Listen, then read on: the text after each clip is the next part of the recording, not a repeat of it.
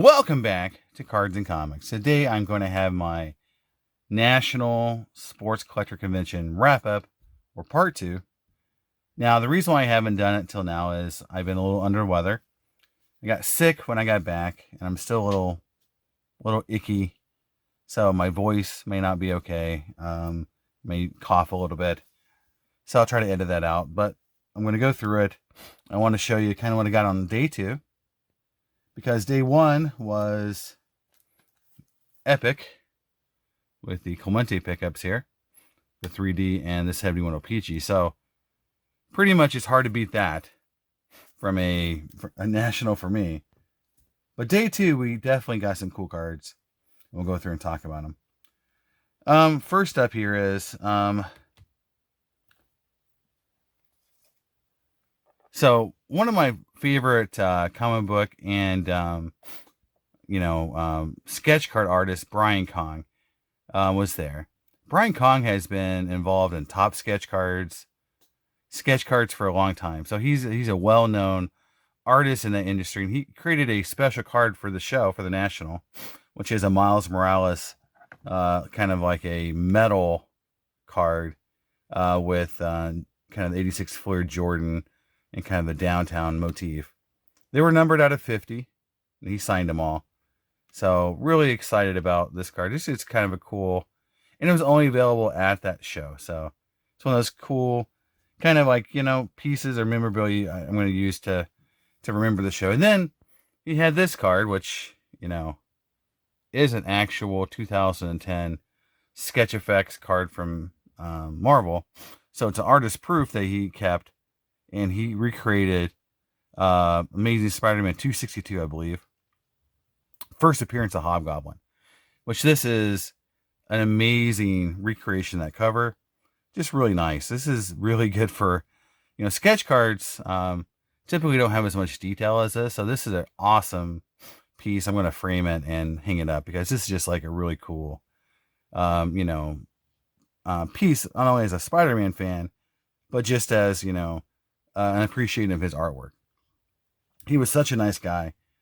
We talked for like maybe an hour at the show. I should have been looking for more deals and cards, but he was there. And I just wanted to say how much I appreciated his art and how much, I really liked what he did. Now, he told me that he's creating for Fanatics a bunch of lithographs, that are going to be sold on Fanatics and signed. He showed me the preliminary artwork that he's already created for Shohei Ohtani. It's amazing stuff, guys.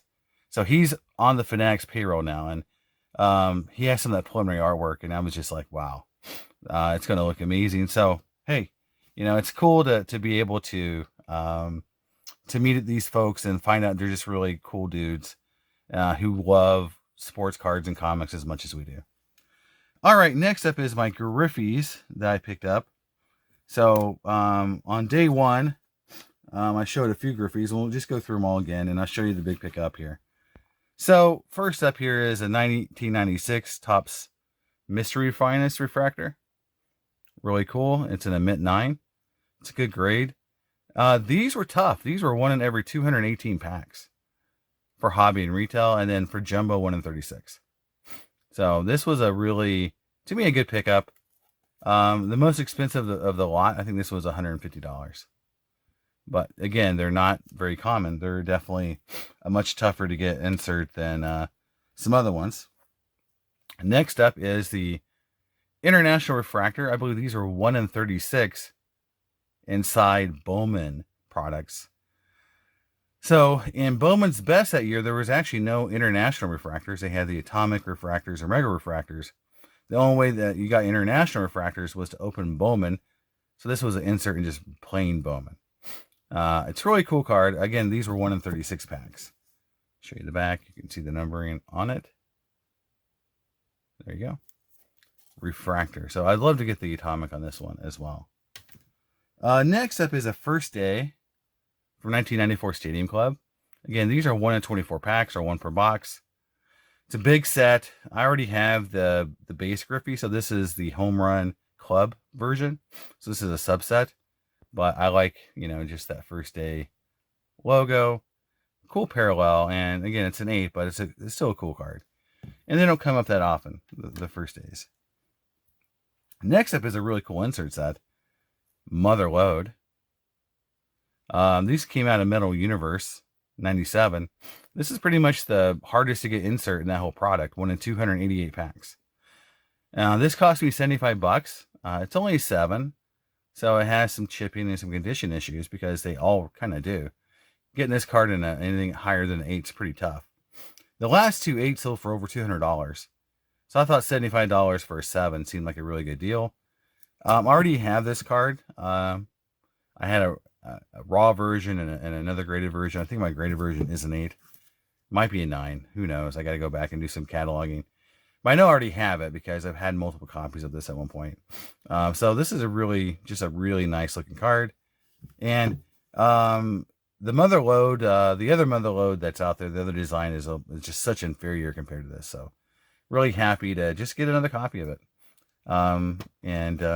Just nice looking card. And last, but definitely not least, this is the Big Griffey. I was looking for a Big Griffey at the show. And this is it. I got the Mirror Red.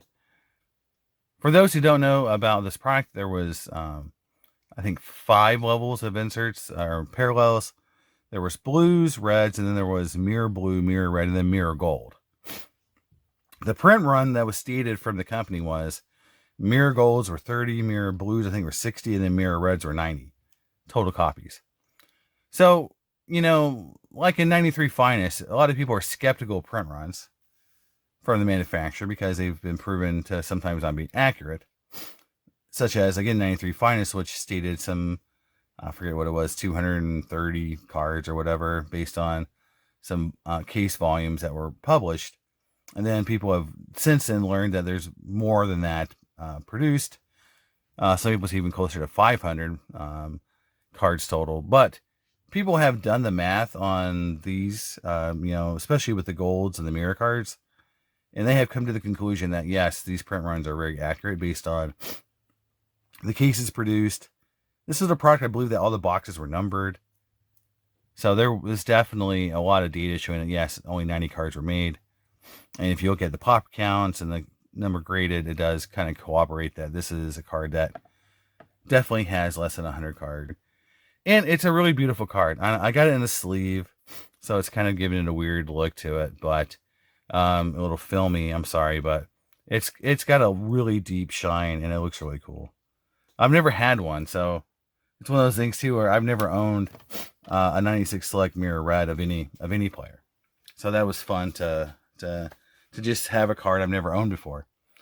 Next up is going to be non-Griffey but more 90s inserts. So, I'm going to talk about it in a separate video because I think it's just going to take too long to get into it, but I will say this is that dealer after dealer and collector after collector I talked to said this, that everyone was looking for 90s baseball, rare inserts, and not just Griffey's, other players, and that there was not much there at the show.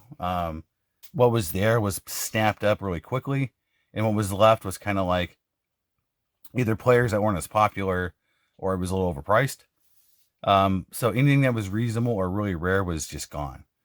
And I'll give you an example. One of the dealers I talked to, he sold a 98 PMG Derek Jeter, the base card, for $30,000 at the show, which is a big number, right? Because I have a 98 PMG Griffey, and during the show, I had multiple people that I talked to because I was talking about what they thought it was worth, and the card went from $10,000 to $25,000, from dealer to dealer. So by the time I got down to the last dealer, I already had someone tell me that they would give me $25,000 for it. So I think that's just crazy that a card I bought for like $600, around that 2018 time period is now worth that much money. But it just shows you how the escalation is going in the 90s insert world. Look on eBay today when I make this video and publish it, and you'll see, or just go to some completed auctions on Griffey recently, and there's some big numbers and big sales. So it's not, something that is, we can say is just Griffey. We've seen Frank Thomas and some other players bringing big numbers. So 90s baseball, the rare stuff, the cool stuff, the stuff that maybe even have parallels to some of the high-end basketball, it's gaining in popularity very, very fast. It's catching up, and you're seeing some big numbers paid for those cards. So first up here is a Fortune 15 refractor of Vlad Guerrero. And I always joke that, I always hit Vlad Guerrero in my box breaks. I hit him in the 96 Bowman's Best with the Atomic Refractor. I hit him in my Molten Metal. I got a fusion of him. So he's one of those guys I keep getting inserts of. So I thought it was cool. I was able to buy his Fortune 15. You can see 50 out of 100. Beautiful card. This set's just so awesome. One of the most, one of the nicest looking refractor products ever made, refractor designs ever developed. Just really nice looking card. I've never owned a Fortune 15 refractor, so it's pretty cool that I was able to get one. And then I went on ComC and I actually purchased a Troy Gloss because it was on there and I thought it had a really cheap price. So now I own two. One of them is on ComC, but I just think this set's really, really awesome. And just like with the Pulsar set I bought, which is here's the Griffey. These 90s inserts like this are just starting to heat up, and having these great players, and you can see in here, there's Piazza and McGuire, but Manny Ramirez, Chipper Jones, Cal Ripken Jr. People really are starting to look for these kind of cards, not just for Griffey, but for other players too. Just so you also know, is I did submit the Jeter and the Frank Thomas to PSA for grading. So it'll be interesting to see if they come back, because if they grade okay, I might send the rest of the set in to get graded, depending on those two, because those two look good to me. Next up, staying with the 90s theme, is one card from the 98 Crusade set. I am putting this set together. Even though I haven't shown it yet, I have the Jeter now. So I've got the Thomas, Jeter, and Griffey in this set. So to me, I think I have the biggest cards in the set. So it should be just a matter of locating the rest of the cards. So it's not really cost now. It's really just finding the card. So this set's now become more reality. So I definitely want to own a Crusade set. I think that's, to me, this is one of the most beautiful sets ever made as well. So it's just, they look so cool. I just wish they had a double-sided refractor, because you compare that to like a Pulsar or an Established, that double-sided refractor will look so much cooler. But they're still very, very nice. And then moving on to football, I only picked up one card here on day 2 that I thought was really cool. The Terrell Davis 96 Mirror Gold. So again, 96 Mirror Golds. I got this from a local Albany collector. He's on Instagram as Big Al. He's a really cool dude, and we did a cash trade deal, and he picked up the Terrell Davis, or I picked up the Terrell Davis for him. He owns this in a 9 now, so he doesn't need it. He's a big Terrell Davis collector, so he doesn't really need, he didn't want to have 2.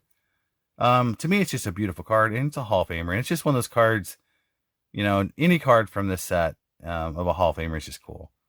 And you can see how shiny it is and how cool the set is. Obviously, he has rookie cards the year before, but it's so cool to have one of these cards like this. So I'm really excited about this card. And last but not least, bam. I said I wanted an Aaron card. I said I wanted a 56 or 58. I couldn't find a 58 that I really liked. There definitely wasn't any 8s that I could find. The 7s were all, to me, just low eye appeal. I found this literally at the last table I looked at. The guy had 2 of them. He had a 4 and a 7. Price exactly the same, which was weird. Maybe the 4 had something unique about it, but I grabbed this one for a good price, I thought. But man, it presents really well. You can kind of see, nice white borders, great centering. And I'll show you the back. But I think, I did pretty good on a 56 Aaron. So this definitely furthers my Aaron collection. That gets me the, now I have the 56, the 57. So I've got the 55, 56, 57, and 59. So now I'm only 2 cards short of the 50s run. So I'm getting closer and closer, to getting the entire Aaron base set. And when that's done, we'll be moving on to Willie Mays. That'll be a much tougher road to hoe for Willie Mays, but Hank Aaron is getting closer and closer to being done. Pretty excited there. So there it is, guys. That's all the cards I picked up on day 2. I think that Griffey card and the Aaron card are really, really cool cards to pick up. Just in general, thoughts and kind of experiences and things that maybe we could do better for the National. One is, if the show is going to be that big, it needs better logistics. It needs signage. It needs a more well thought out layout. Just wandering around trying to find something is just not great experience wise. If you go to like a lot of Comic Cons, you go to a lot of places where you've got different events and different types of products being sold, they group them together.